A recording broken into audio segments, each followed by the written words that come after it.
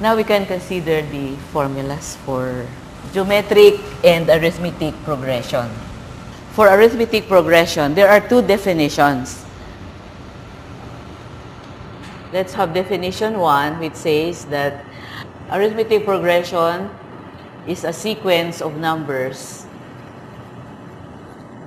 When you say sequence in mathematics, it means that the ordering is important. The ordering is important. Just like when you are falling in line if you are queuing to be served, you don't really change. I mean, nobody should go in front, no? If you are at the back. The order is important. So a sequence of an arithmetic progression is a sequence of numbers such that the difference between every term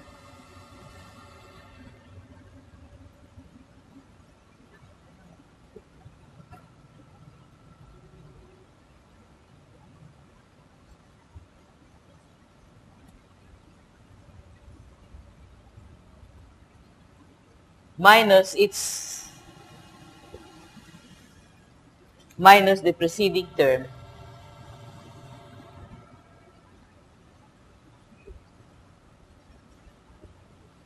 is a fixed constant.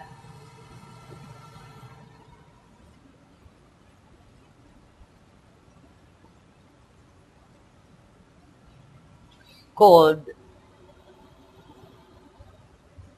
the common difference.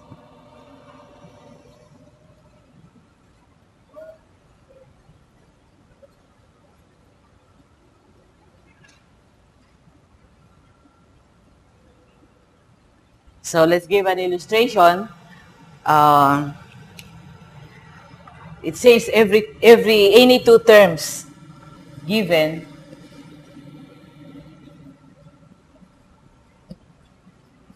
the first three terms of a sequence, which is known to be in arithmetic progression.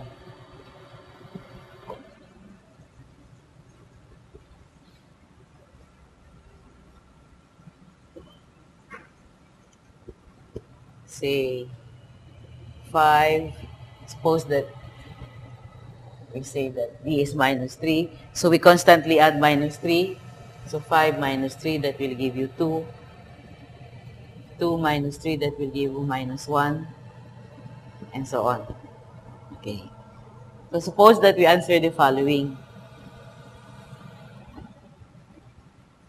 List the next three terms. Number 2, find the general term.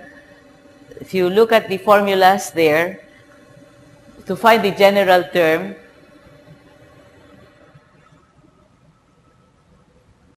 t sub n, that's equal to t sub 1, which is the first term, plus n minus 1 times d, which is the common difference.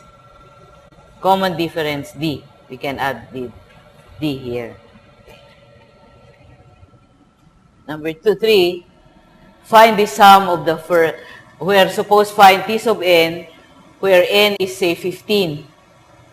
So find the sum of the first 15 terms.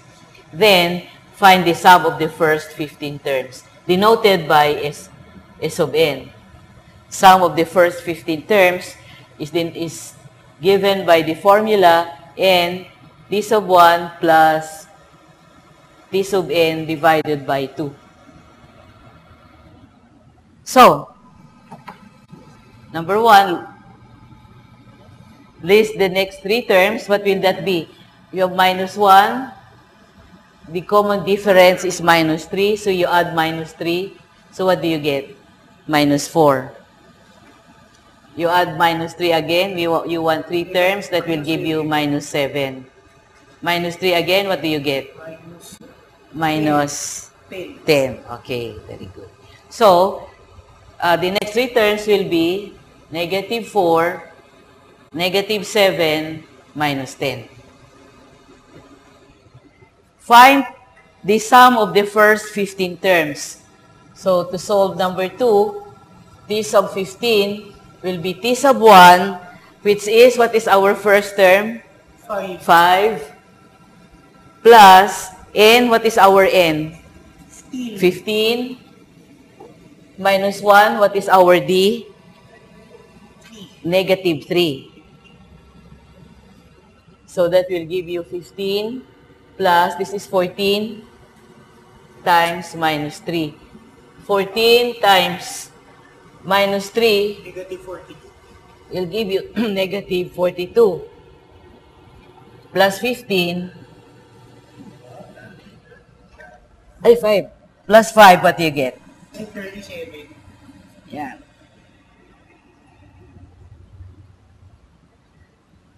Okay.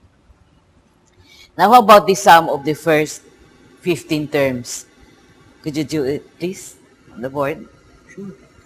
Thank you.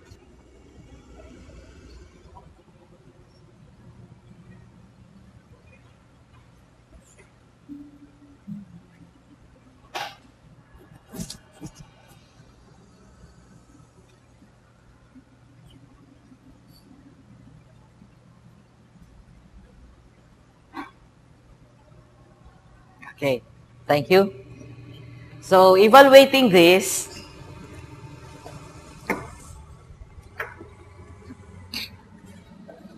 when you write a fraction, you put the equality aligned with the fractional line.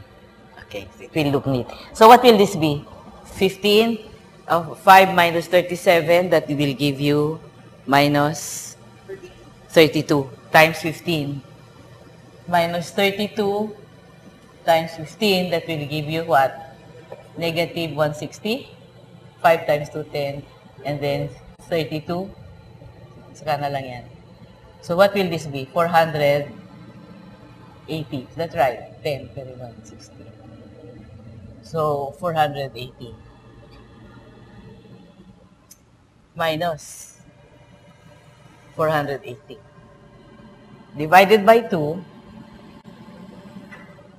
That will give you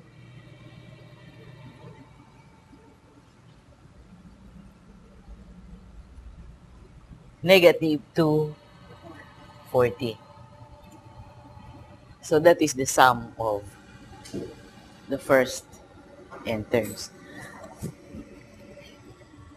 Now, what is the second definition of an arithmetic progression? An arithmetic progression, let us just denote by AP. An arithmetic progression is the set of images of a function, of a linear function,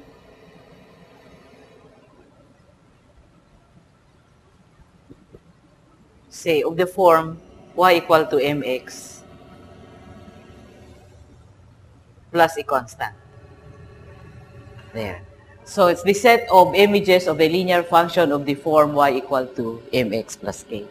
Now, but we shall be using the first definition really, definition 1, which says that any term a sub n minus the preceding term n minus 1 is equal to the common difference.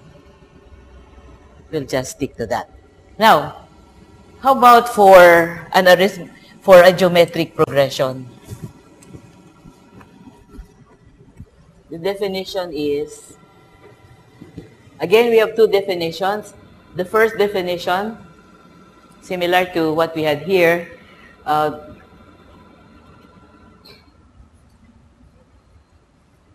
the set of ordered set of numbers such that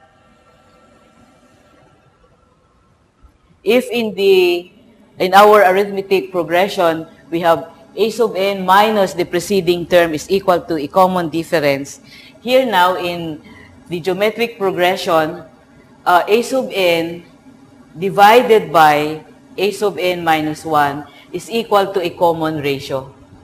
We call this the common ratio. No matter what two consecutive terms you are getting, if you divide any term divided by its preceding term, it should be constant, no matter where you get the pair of numbers. So, let's have an illustration. Suppose that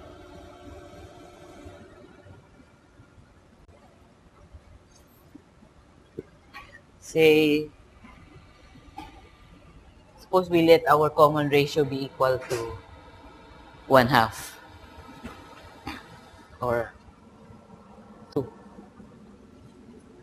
So let's say 5, 10 times 2, 20. 5 times 2 is 10 times 2 is 20. Be a geometric progression. So, in like manner, let us find the next 3 terms.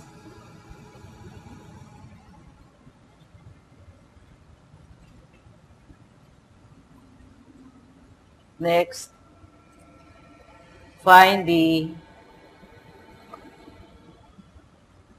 5th term.